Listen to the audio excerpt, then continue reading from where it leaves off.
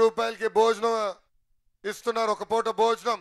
ఒక్కసారి ఆలోచించాలి, 5 రూపాయలకి కనీసం ఇంత బిస్కెట్ ప్యాకెట్ ఇవ్వని రోజులు.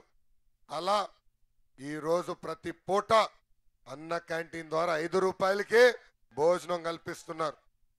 ఇంకో పక్కన ఇప్పుడే ఎమ్మెల్యే గారు చెప్పినట్లు ముఖ్యమంత్రి గారి సహాయ నిధి, లలిత కుమారి గారంటే చంద్రబాబు నాయుడు గారికి ఎక్కడో చేయాలని తప్పన. అమ్మగారు కాగితం తీసుకెళ్తే చాలు సంతకం పెట్టేస్తారు ముఖ్యమంత్రి గారు. ఏ నియోజకవర్గానికి 28 కోట్లు ఇవ్వలా, ఒక ఎస్కోటకే ఇచ్చారు. 3000 కుటుంబాలకి ముఖ్యమంత్రి సహాయ నిధి నుంచి డబ్బులు వచ్చిందంటే ఒక్కసారి మనం ఆలోచించాలా, ఎంత పెద్ద మనసుతో చంద్రన్న ఈ డబ్బులు ఇస్తున్నారు. ఇట్లా చెప్పుకుంటా పోతే తల్లి బిడ్డ ఎక్స్ప్రెస్, ముఖ్యమంత్రి యోనేస్తం, దాదాపు 120 సంక్షేమ కార్యక్రమాలు మన చంద్రన్న మన కోసం చేస్తున్నారు. సంక్షేమమే కాదు, అభివృద్ధి కూడా తెలుగుదేశం పార్టీ పెద్దపీట వేశాం. ఈరోజు మిమ్మల్ని అందరిని అడుగుతున్నా, ఎప్పుడు లేని విధంగా మన గ్రామాల్లో సీసీ రోడ్లు వేసాం. అవునా కాదా అని మిమ్మల్ని అడుగుతున్నా, అవునా కాదా? భారతదేశంలోనే ఏ రాష్ట్రంలో వేయలేదు. 24,000 కిలోమీటర్ల సీసీ రోడ్ మనం వేసుకున్నాం. అంతెందుకు, మొన్న ఢిల్లీలో ఎయిర్పోర్ట్లో నేను ఒక కేంద్రం మంత్రి గారితో కూర్చుంటే ఆయన ఒక మాట అడిగాడు, నువ్వు చాలా యువకుడుగా ఉన్నావు, అసలు నీకు పంచాయతీరాజ్ ఇచ్చారు, ఏం చేసావు నువ్వు మంత్రిగా అని అడిగితే ఆయన ఒక మాట చెప్పా, అయ్యా 24,000 కిలోమీటర్ల సీసీ రోడ్ వేసామని. ఆయనకి అర్థం వల్ల 24,000 మీటర్లు వేసారా అని అడిగాడు ఆయన. లేదు గురుగారు 24,000 కిలోమీటర్లు వేసామంటే ఆయన షాక్ అయిపోయాడు. ఆయన అన్నారు, మా రాష్ట్రంలో 10 కిలోమీటర్లు వేయలేకపోయాం, మీ రాష్ట్రంలో 24,000 కిలోమీటర్లు సీసీ రోడ్ ఎట్టేశారా అని అడిగారు. అప్పుడు వాళ్ళు ఒకటే చెప్పా, అయ్యా మాకు చంద్రబాబు నాయుడు గారు ఉన్నారు, ఆయన పొడుకోడు, మాలాంటి మంత్రుల్ని పొడుకోనీరు, అహర్నిశలు తోముతారు, ఎక్కడ రోడ్ లేకపోతే నాకే ఫోన్ చేస్తారు, ఎందుకు ఇంకా సీసీ రోడ్ అవలా, ఎందుకు మురికాలు అవ్వలేదని యుద్ధ ప్రాతిపదికగా చేయండి అని చెప్పిన వ్యక్తి మన ముఖ్యమంత్రి నారా చంద్రబాబు నాయుడు గారు. మన నియోజకవర్గంలో 220 కిలోమీటర్ల సీసీ రోడ్ వేసుకున్నాం, కానీ ఇంకా చేయాల్సిన అవసరం ఉంది. తప్పనిసరిగా నేను ఇక్కడ హామీ ఇస్తున్నా, తెలుగుదేశం పార్టీని గెలిపించండి, మిగిలిన సీసీ రోడ్లు మొదటి 2 సంవత్సరాల్లో మేము పూర్తి చేస్తాం. ముఖ్యమంత్రి గారి కళ ఒకటే, ప్రతి పేదోడింటి ముందల అద్భుతమైన సీసీ రోడ్లు ఉండాల. అంతేకాదు సీసీ డ్రైన్లు కాదు, భూగర్భ డ్రైనేజ్ ఏర్పాటు చేయాలనేది ముఖ్యమంత్రి గారి ఆలోచన. ముఖ్యమంత్రి గారు మాకు టార్గెట్ ఇచ్చారు, 2024 నాటికి ప్రతి గ్రామంలో భూగర్భ డ్రైనేజ్ ఏర్పాటు చేయమని. అంగన్వాడీ భవనాలు కట్టాం, పంచాయతీ భవనాలు కట్టాం. నేను మంత్రి అయిన తర్వాత మన నియోజకవర్గానికి తాగునీటి సమస్యకి శాశ్వతమైన పరిష్కారం కోసం 300 కోట్ల రూపాయలు కేటాయించానని సభాముఖం తెలుపుతున్నాం. ఈ కార్యక్రమం జలధార పవిత్రమైన కార్యక్రమం. ప్రతి పేదోడింటికి ఉచితంగా నీటి కుళాయి తొందరలోనే ఇవ్వబోతున్నామని ఈ సభాముఖం మీకు తెలుపుతున్నాం. ఇంకో పక్కన గౌరవ శాసనసభ్యులు చెప్పినట్లు జామీలో జూనియర్ కళాశాల కావాలి, కొత్త వలసలో డిగ్రీ కళాశాల అవసరం ఉంది. ఏ మాట ఆ మాటకి ఎమ్మెల్యే గారు గట్టిగా పోరాడారు, నన్ను పడుకోనీయలేదు, మెసేజ్ల మీద మెసేజ్లు పెట్టారు. ఫైల్ మూవ్ అయిన సమయానికి ఎలక్షన్ కోడ్ వచ్చింది, అమ్మగారిని మళ్ళీ హ్యాట్రిక్ గెలిపించండి, తప్పనిసరిగా అధికారం వచ్చిన మొదటి 6 నెలల్లోనే ఇది శాంక్షన్ చేస్తానని సభాముఖంగా నేను హామీ ఇస్తున్నాను. అంతేకాదు మీరందరూ చూస్తున్నారు, పోలవరం ప్రాజెక్ట్ కేంద్ర ప్రభుత్వం ఇచ్చిన ప్రాజెక్ట్, కానీ ఎవడు పట్టించుకునే నాదుడే లేడు. అలాంటిది చంద్రబాబు నాయుడు గారు ముఖ్యమంత్రి అయిన తర్వాత యుద్ధ ప్రాతిపదికంగా ఈ ప్రాజెక్ట్ పూర్తి చేస్తాం జరుగుతుంది. ఇప్పటికి 68% పనులు పూర్తయినాయి, గేట్లు పెట్టాం. ఈ పోలవరం ప్రాజెక్ట్ అవుతే ఇంకా విశాఖపట్నం తాగునీటి సమస్య ఉండదు. మనకు కావాల్సింది రాయవాడ తాటిపూడికి తాగు నీరు వచ్చే 6-7 నెలల్లో మీకు అందజేయబోతున్నాం. ముఖ్యమంత్రి గారు పొడుకోవట్లేదు, కాంట్రాక్టర్ని తోముతున్నారు. ఎవ్వరు ఊహించిన విధంగా పోలవరం ప్రాజెక్ట్ కూడా మేము పూర్తి చేస్తాం ఈ సభాముఖంగా మీకు హామీ ఇస్తున్నాం. అంతేకాకుండా పెందుర్తి నుంచి అరకుకి మనకి 4 లేన్ రోడ్ ఉంది.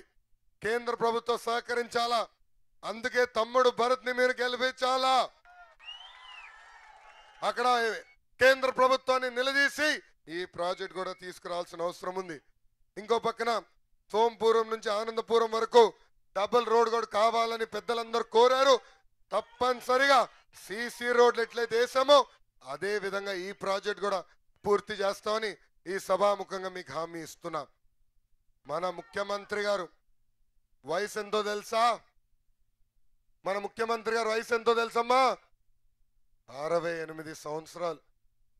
68 సంవత్సరాల వయసులో 24 సంవత్సరాలు యువకుడిలాగా చకచకా పరిగెత్తుకుంటూ వెళ్తాడు. నా వయసు 36. ముఖ్యమంత్రి గారి స్పీడ్ ఇంకా నేను అందుకోలేకపోతున్నా. వయోభారం ఆయన పైన కంపడదు. ఆయన లక్ష్యం ఒక్కటే, ఎవరైతే ఆంధ్ర రాష్ట్రాన్ని విభజించారో వాళ్ళందరూ అసూయపడే విధంగా రాష్ట్రాన్ని అభివృద్ధి చేయాలని లక్ష్యంతో ఆయన ముందరికెళ్తున్నారు. మన భవిష్యత్తు కోసం, మన పిల్లల భవిష్యత్తు కోసం అహర్నిశలు ఆయన కష్టపడుతున్నారు. మీ అందరికి తెలుసు, ఇంత కష్టపడుతున్న వ్యక్తిని ప్రధానమంత్రి నరేంద్ర మోడీ గారు ఏం చేయాలి? ప్రోత్సహించాలా, ప్రత్యేక హోదా ఇచ్చి ప్రోత్సహించాలా. 4 సంవత్సరాలు మనం ఓపిక పట్టాం. మొదటి సంవత్సరంలో ప్రత్యేక హోదా ఇస్తున్నారు, ఇవ్వలేదు. 2వ సంవత్సరం వచ్చగల ఇతర రాష్ట్రాల ఎన్నికలు జరుగుతున్నాయి, ఎన్నికల తర్వాత ప్రత్యేక హోదా ఇస్తున్నారు, నమ్మాం. 3వ సంవత్సరం వచ్చగల భారతదేశంలో ఏ రాష్ట్రానికి ప్రత్యేక హోదా ఇవ్వట్లేదు, ప్రత్యేక హోదా మించిన ప్యాకేజ్ ఇస్తా ఉన్నారు. అది ఇచ్చారా? ప్యాకేజ్ ఇచ్చారా? లేదు. 4వ సంవత్సరం వచ్చగల ఇతర రాష్ట్రాలకి ప్రత్యేక హోదా ఇచ్చి మనకి నమ్మక ద్రోహం, వెన్నుపోటు పొడిసింది ప్రధానమంత్రి నరేంద్ర మోడీ గారు. ఈరోజు మన ముఖ్యమంత్రి నారా చంద్రబాబు నాయుడు గారు మోడీ గారు నిలదీస్తే ఎప్పుడో బాబ్లీలో జరిగిన కేసు తీసుకొచ్చి అని ఇబ్బంది పెడుతున్నారు. మన విశాఖపట్నం రైల్వే జోన్ అడిగాం, ఏం చేశారు? ఆదాయం వచ్చే రైల్వే జోన్ ని తీసుకెళ్లి ఒరిస్సాలో కల్పించేసి ఎందుకు పనికి మాలి రాని రైల్వే జోన్ మనకి ఇచ్చారు. కడప ఉక్కు ఫ్యాక్టరీ గురించి మనం పోరాడితే ఏకంగా ఐటీ దాడులే చేస్తున్నారు. ఎంత అన్యాయమో ఒక్కసారి మనందరం ఆలోచించాలా. మోడీ గారు మన ముఖ్యమంత్రి గారిని ఇబ్బంది పెడతారు. ఇంకో పక్కన పక్క రాష్ట్రంలో కేసీఆర్ గారు కూడా ముందరికి వస్తున్నారు. ఎంత అన్యాయం చూడండి. మీ అందరిని అడుగుతున్నా, టిఆర్ఎస్ పార్టీ ఒక అభ్యర్థి పెడితే కనీసం 1 సీట్లో డిపాజిట్ వస్తుందా? 1 ఓటు వేస్తామా? లేదు. ఆంధ్రుల్ని రాక్షసులు అన్నారు, ఆంధ్రుల్ని తరిమి కొట్టాలన్నారు.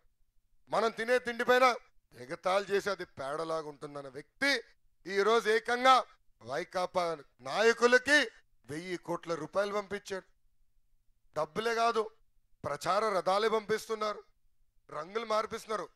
కేసీఆర్ గారు పర్సనల్గా కూర్చొని రంగులు మార్పిస్తున్నారు, కానీ సీట్ కవర్లు మార్చలా. అదే గులాబీ రంగు సీట్ కవర్లు వచ్చినాయి. దాంతో మొత్తం బయటపడింది. వైకాపా నాయకులందరూ ఇప్పుడు ఆ బండ్లు వేసుకుని తిరుగుతున్నారు. ఇంకో పక్కన అభ్యర్థులుగా మేము నిలబడితే మా అందరికి ఆస్తులున్నాయి హైదరాబాద్లో. కేటీఆర్ గారు ఏకంగా ఫోన్ చేస్తున్నారు.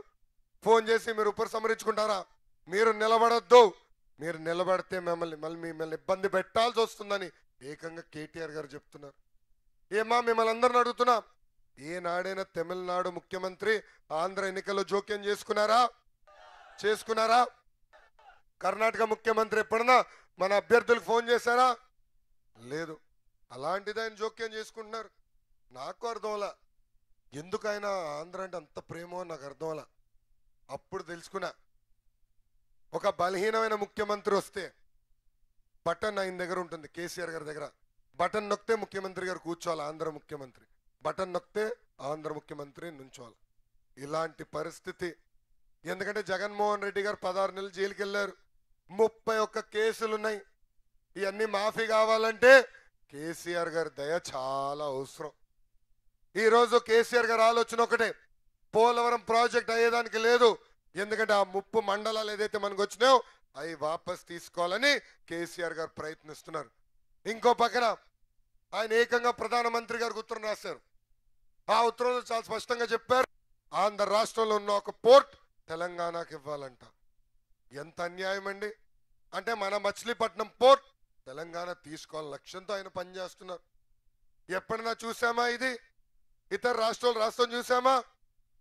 ఇక్కడున్న మిమ్మల్ని అందరిని అడుగుతున్నా, జగన్మోహన్ రెడ్డి గారు మొన్న పాదయాత్ర చేశారు, నరేంద్ర మోడీ గారు వ్యతిరేక ఒక్క మాట మాట్లాడా?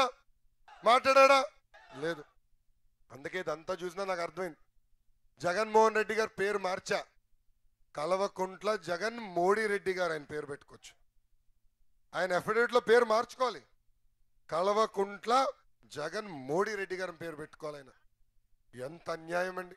ముగ్గురు కలిసి కుట్ర పన్ని మన ముఖ్యమంత్రి గారిని ఇబ్బంది పెట్టాలా. ఈరోజు పాపం జగన్మోహన్ రెడ్డి గారు చూస్తే నాకే జాలేస్తుంది. ఆయన ఫ్యాన్ పట్టుకుని తిరుగుతాడు.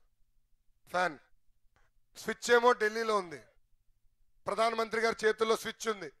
ఆ ఫ్యాన్ స్పీడ్ పెంచే రెగ్యులేటర్ ఉంటుంది కదా, అది ఎవరి చేతుల్లో ఉంది? కేసీఆర్ గారి చేతుల్లో. అందుకే ఆ ఫ్యాన్ తిరగట్లా. మీరు చూడండి, ఫ్యాన్ తిరగదు, అది ఎప్పుడు అట్లనే ఉంటుంది. ఎందుకంటే అక్కడ మోడీ గారు ఇంకా స్విచ్ చేయాల. ఏమా, ఇలాంటి ముఖ్యమంత్రి మనకు అవసరమా? ఎవరైతే ఆంధ్రుల ఆత్మ గౌరవాన్ని తెలంగాణకి తాకట్టు పెడతారో అలాంటి వ్యక్తి అవసరమా అని ఒక్కసారి మీరు ఆలోచించాలి. ఈరోజు మనం చూస్తున్నాం, మనందరం ఒక విషయం ఆలోచించాలి. మన ఇంట్లో చిన్న పిల్లలు ఉంటారు, వాళ్ళకి స్కూటర్ తాళాలు ఇస్తామా? మన ఇంట్లో కారు ఉంటుంది, కారు తాళాలు పిల్లలకి ఇస్తామా? ఎందుకు ఇవ్వం చెప్పండి? యాక్సిడెంట్ అవుతుంది, మనుషులు చనిపోతారు. అలాంటిది 16 నెలలు జైల్లో ఉన్న వ్యక్తి, 31 కేసులు ఉన్న వ్యక్తి, అలాంటి వ్యక్తికి ఆంధ్ర రాష్ట్ర తాళాలు ఇస్తామా? ఇక్కడ ఉన్నామా అక్క చెల్లెలు పెద్ద చిన్నమ్మలు ఆలోచించాలా. ఒక ముఖ్యమంత్రి తనయుడిగానే 1,00,000 కోట్లు దోచేసిన వ్యక్తి జగన్మోహన్ రెడ్డి గారు. పరుపాటున ఆయన ముఖ్యమంత్రి అవుతే తల్లి మనున్న బంగారం గొలుసు కూడా మిగిలిచ్చాడని ఈ సభాముఖం మీకు తెలుపుతున్నా. ఈ రోజు మనం ఒక్కసారి చూడాలి, చాలా కీలకమైన ఎన్నికలు ఇది. ఎప్పుడు లేని విధంగా సంక్షేమ అభివృద్ధి కార్యక్రమాలు మనం చేసుకున్నాం. మన ముందల 2 అభ్యర్థులు ఉన్నారు. ఒక వ్యక్తి 40 సంవత్సరాల పరిపాలన అనుభవం, రెండో వ్యక్తి 16 నెలల జైలు అనుభవం. ఒక వ్యక్తి పసుపు కుంకం పెడితే ఇంకో వ్యక్తి పసుపు కుంకం తుడిచేస్తాడు. ఒక వ్యక్తి ఆంధ్రుల హక్కుల కోసం పోరాడుతుంటే ఇంకొక వ్యక్తి ఆంధ్రుల ఆత్మ గౌరవం తీసుకెళ్లి తెలంగాణకి తాకట్టు పెడుతున్నారు. అందుకే మనందరం ఆలోచించాలా, బాగా ఆలోచించి మళ్ళీ ఆంధ్ర రాష్ట్ర ముఖ్యమంత్రిగా చంద్రబాబు నాయుడు గారిని గెలిపించాలని ఈ సభాముఖంగా మిమ్మల్ని కోరుకుంటున్నాం. అవ్వ తాత, మీకు 2,000 రూపాయల పెన్షన్ కొనసాగాలంటే చంద్రబాబు నాయుడు గారే గెలవాలి. ఎందుకంటే ఇలాంటి పరిపాలన అనుభవం లేని వ్యక్తి గెలిస్తే పెన్షన్ రేపు ఆగిపోతుంది. మా పెద్దమ్మ చిన్నమ్మలు ఆలోచించాలా, పసుపు కుంకం కొనసాగించాలంటే ఎవరు గెలవాలా? చంద్రబాబు నాయుడు గారు గెలవాలా. చంద్రన్న బీమా కొనసాగాలంటే ఎవరు గెలవాలా? చంద్రబాబు నాయుడు గారు గెలవాలా. ఇప్పుడు చంద్రబాబు నాయుడు గారు గెలవాలంటే మనం ఏం చేయాలి? ఏ గుర్తుకు ఓటేయాలి? ఏ వ్యక్తికి ఓటేస్తాం? ఇప్పుడు ఏ వ్యక్తికి ఓటేస్తాం?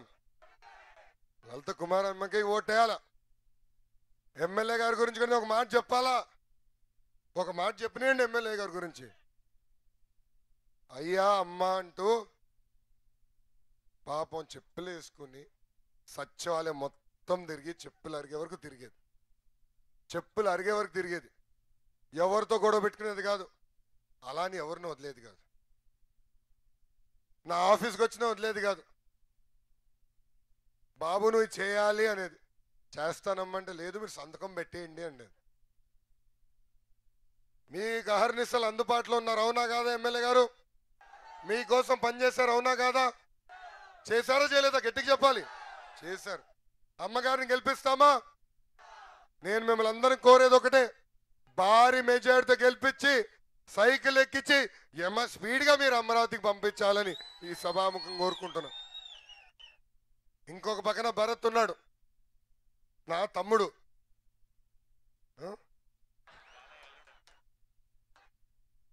అయ్యా ఇది మొదటి సభ, ఇద్దరు కలిసి ప్రసంగిస్తున్నాం. మీ అందరికీ బాలయ్య, మా ఇద్దరికి ముద్దుల మావయ్య.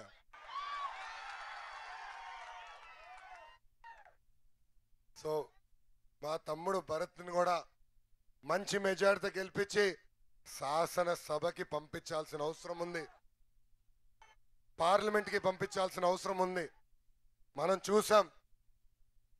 మనం కూడా చూసాం కేంద్రంలో మోడీ గారు నిలదీయాలంటే ఆయనకి అర్థమయ్యే హిందీలో రామ్మోహన్ నాయుడు గారు ఉతికి ఆరేశారు, శ్రీకాకుళం ఎంపీ గారు. అటుపక్కన జయదేవ్ అన్న గుంటూరు ఎంపీ గారు ఇంగ్లీష్లో మొత్తం ఆరే అవతలు పడేశాడు ఆయన. అదేవిధంగా ఈరోజు ప్రధానమంత్రి గారు నిలదీయాల్సిన అవసరం ఉంది, ఆంధ్రుల హక్కుల కోసం పోరాడాల్సిన అవసరం ఉంది. అందుకే మిమ్మల్ని అందరు నేను కోరుతున్నా, భారీ మెజారిటీతో భరత్ని కేంద్రానికి పంపించండి, ఒక ఎంపీగా పంపించండి. మనకెందుకు ప్రత్యేక హోదాతో పాటు విభజన చట్టంలో ఉన్న 18 హామీలు ఎందుకు ఇవ్వరో నేను చూస్తాను. 25కి 25 పార్లమెంట్లు గెలిపించండి. దేశ ప్రధానమంత్రి ఎవరో మన చంద్రబాబు నాయుడు గారే నిర్ణయించబోతున్నారు. ఎవరైతే ఆంధ్ర రాష్ట్రానికి ప్రత్యేక హోదాతో పాటు విభజన చట్టంలో ఉన్న 18 హామీలు నిలబెట్టుకుంటారో వాళ్ళని దేశ ప్రధానమంత్రి చేయబోతున్నారని ఈ సభాముఖం తెలుపుకుంటూ, ఇంత ఆలస్యమైన చెక్కు చెదరకుండా తెలుగుదేశం పార్టీ కంచుకోట ఎస్కోటాకి నేను వచ్చినప్పుడు నాకు ఇంత ఘన స్వాగతం పలికిన ప్రజలందరికీ పేరు పేరు నా హృదయపూర్వక ధన్యవాదాలు తెలుపుకుంటూ నేను సెలవు తీసుకుంటున్నాను. మన 2 ఓట్లు ఏ గుర్తుకి? జోహార్.